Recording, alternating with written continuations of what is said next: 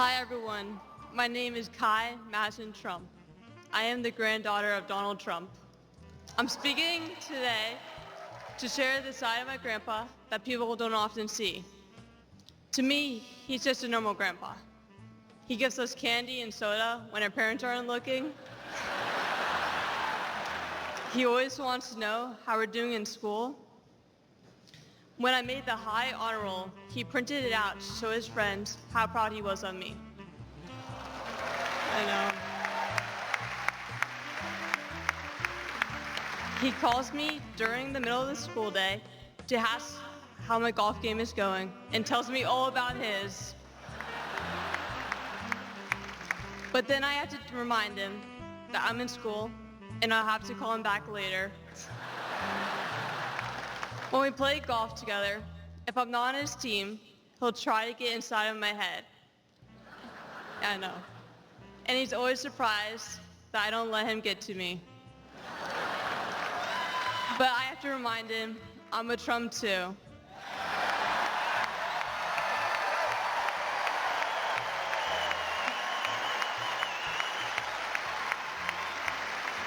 Even when he's going through all these court cases, he always asks me how I'm doing. He always encourages me to push myself to be the most successful person I can be. Obviously, he sets the bar pretty high, but who knows, maybe one day I'll catch him. On Saturday, I was shocked when I heard that he has been shot, and I just wanted to know if he was okay. It was heartbreaking that someone would do that to another person. A lot of people have put my grandpa through hell, and he's still standing.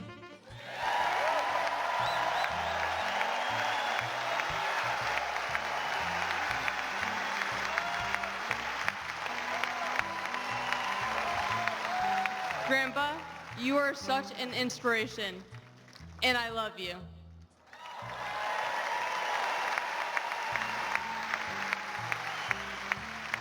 The media makes my grandpa seem like a different person, but I know him for who he is.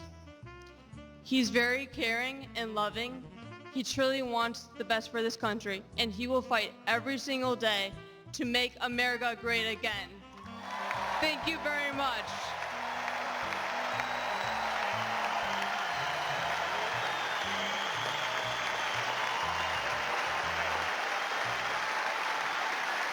He's co-chair of the Republican National Committee now since March. Let's listen. Whoa! I don't feel like I actually have to ask this question, but is anybody in this room ready to send Donald Trump back to 1600 Pennsylvania Avenue?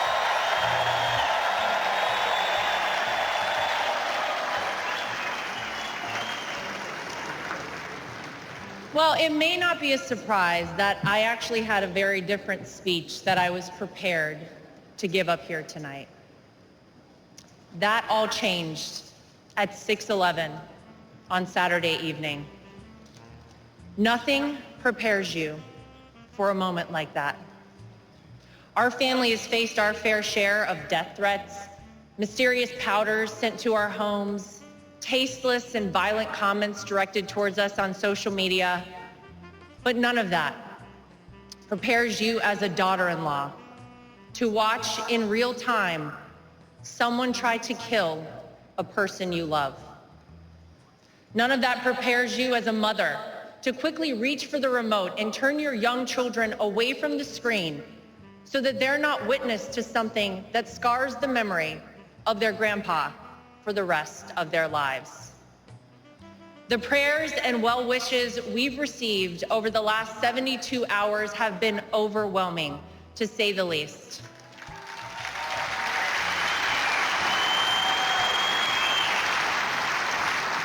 And my heart goes out to the family who lost a husband and a father because of this senseless act. All of you here tonight and watching at home mean the world to all of us in the Trump family.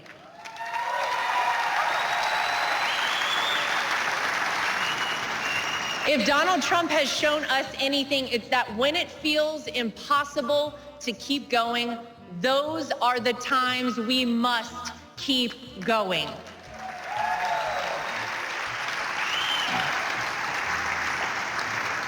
I don't know how many people here or watching at home have ever been to a Trump rally, but if you've never been, let me tell you about them. Oh, some of you have been. Oh.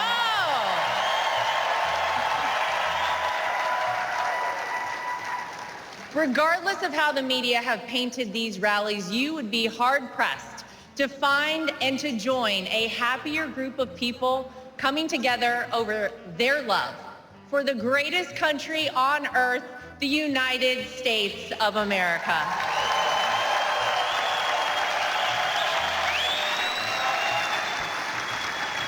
I dare anyone trying to leave a Trump rally without leaving with some new friends. You always make friends at a Trump rally, right?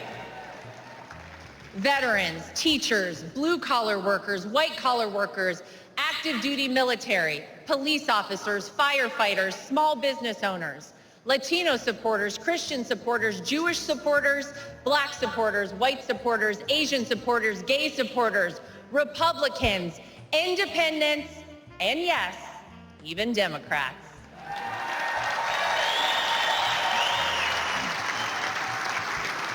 At a Trump rally, you're not viewed as your profession, your religion, or the color of your skin. You're viewed as one thing, an American.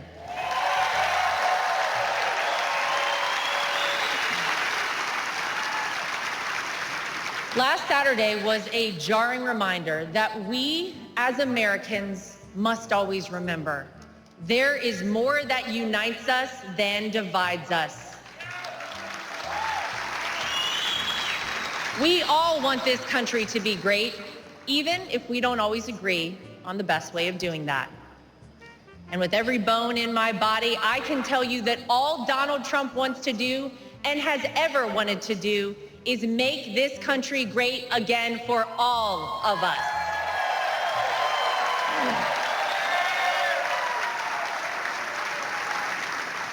Proverbs 28 reads, "The wicked flee, though no one pursues, but the righteous are as bold as a lion." And that truly epitomizes Donald Trump. He is a lion.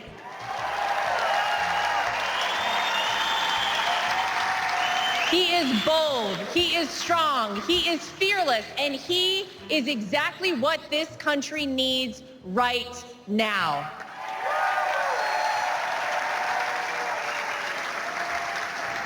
Let's not forget what...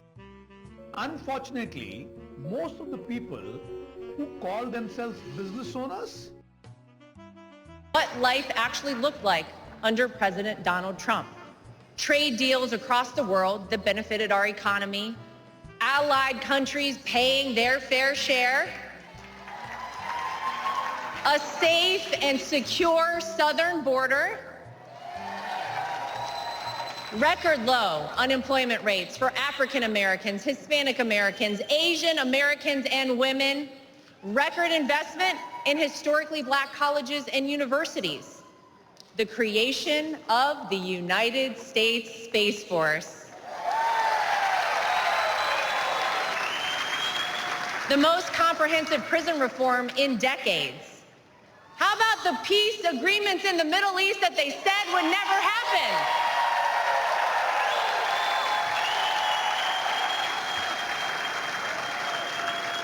The largest tax cuts in American history, our energy independence, massive amounts of red tape cut, and no new wars when Donald J. Trump was president.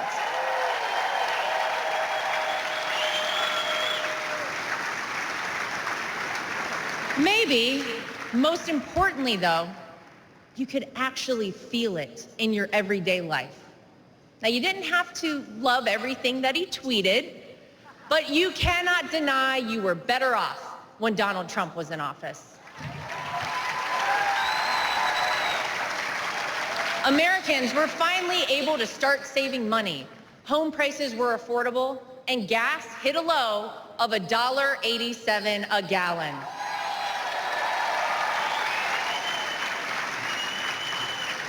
As I speak here tonight, many of our fellow Americans don't know how they'll pay for their next trip to the grocery store, new clothes for their children, or this month's rent. Many of our fellow Americans worry that we are on the verge of a major terror attack here on American soil. Many of our fellow Americans don't think their own children will be able to establish a better life than they themselves currently have. Many of our fellow Americans are right now sitting and wondering how on earth this country could have moved in the wrong direction and so quickly.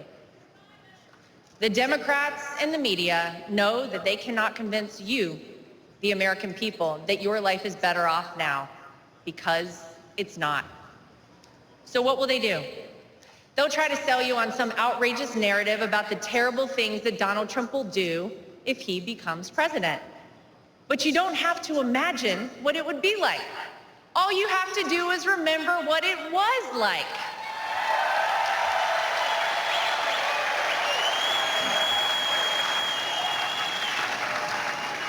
I know. Oh, yeah.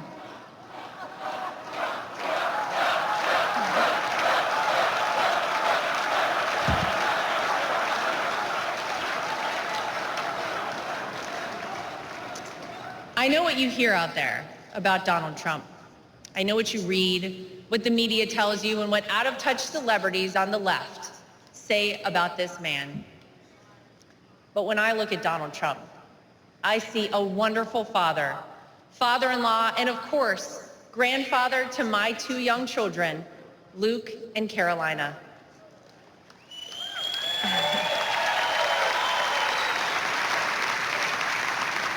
I know that I'm lucky enough to get to call him my father-in-law and see him a little differently than all of you.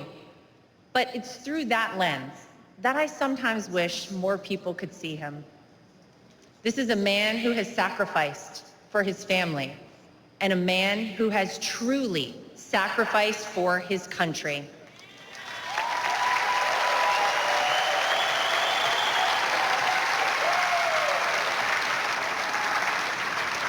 Donald Trump didn't need to run for president for fame or money. Trust me, we all know he already had plenty of that. I'll tell you why he did it and why he continues on, even in the face of the unthinkable.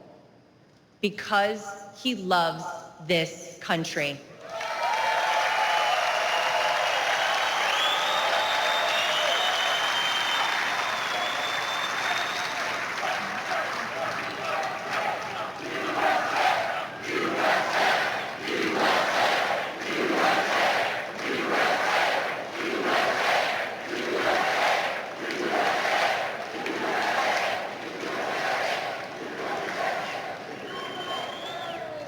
He did it for his grandchildren, for your children and grandchildren, and for the generations to come.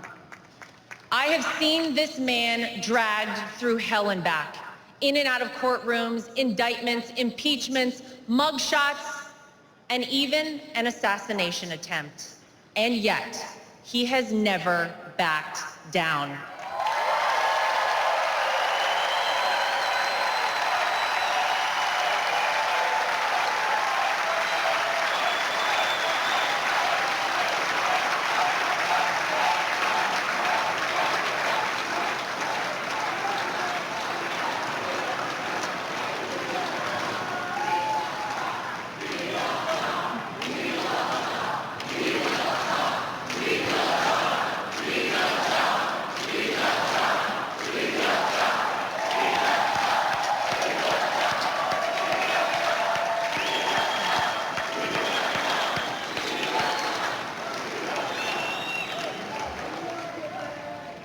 I'll never forget watching my two children run up to him with their drawings and hugs for Grandpa just moments before he took the elevator down in Trump Tower to address the media the day after his wrongful conviction. Despite everything else he had going on, he had no other focus in the entire world. Just a man relishing time with his grandchildren. It's a side of Donald Trump that not enough people get to see. Maybe you got to see a side of Donald Trump on Saturday that you were not sure existed until you saw it with your own eyes. Martin Luther King Jr. once famously said, "The ultimate measure of a man is not where he stands in moments of convenience and comfort, but where he stands at times of challenge and controversy."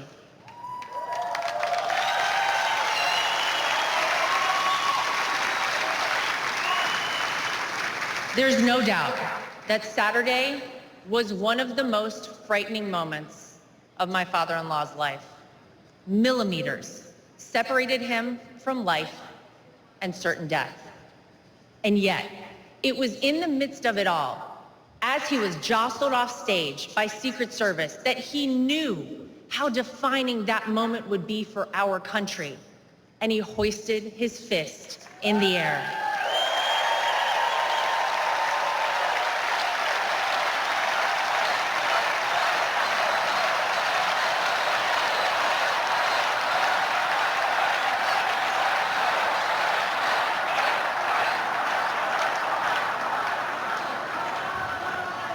It was not just for the audience at the rally, not just for his supporters tuning in, but for all of America. And as a signal to the world that no matter what, America will always prevail.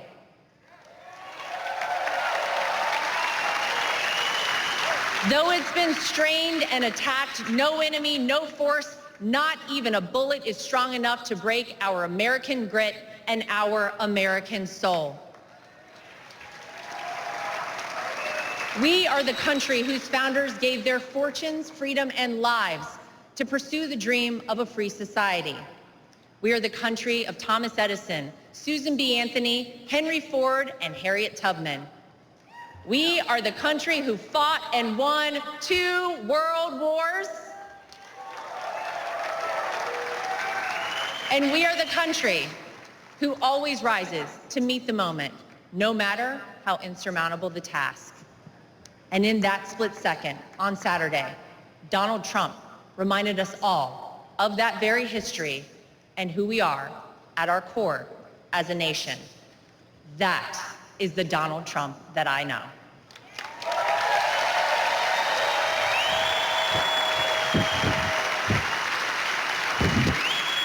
He is an American who conquered the business world, an American who made himself a household name, an American who was beloved by politicians and fellow celebrities for decades until he ran for office with an R next to his name. An American whom even Barack Obama admits people consider the American dream. And instead of sailing off into the sunset after an illustrious real estate and television career, he decided to give back. He decided to bring some of the things that had made him so successful in life to all of you in order to improve the lives of all Americans. Black, white, brown, gay, straight, all Americans, because that's the man that Donald Trump is.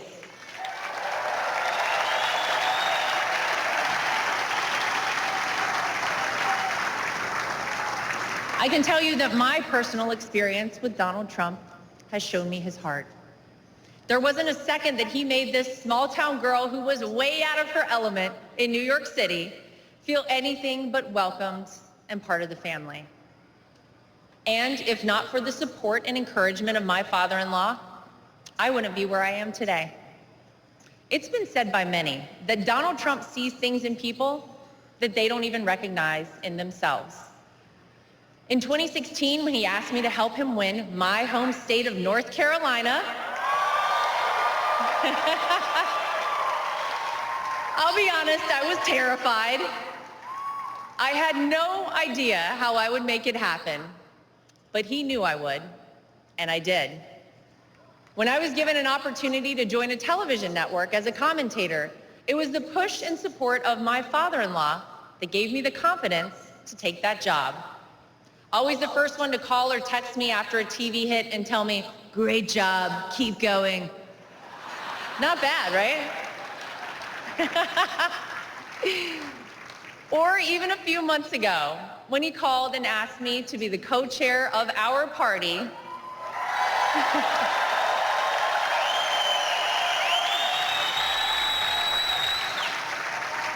he showed me potential in myself that I couldn't yet see. So tonight, to my father-in-law, I want to say thank you.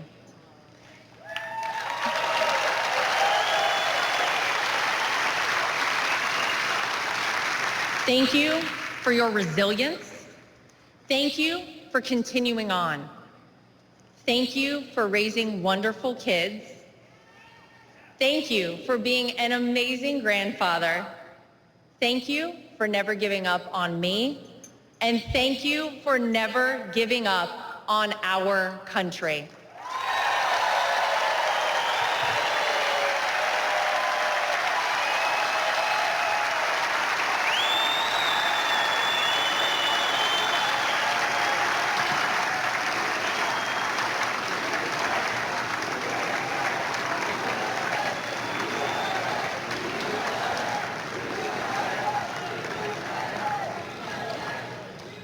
Tonight, I come to you, not as the co-chair of the RNC, not as the daughter-in-law of the candidate.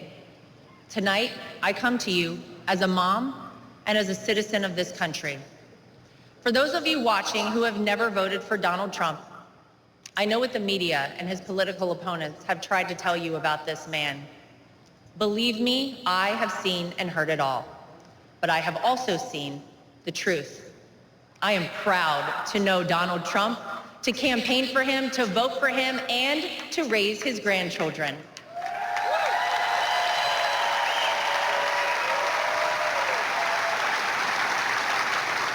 He will do what is necessary to protect you, protect your family, and protect this country. Because Donald Trump wants us all to be successful, to be safe, to be happy, to be strong, and to be great again.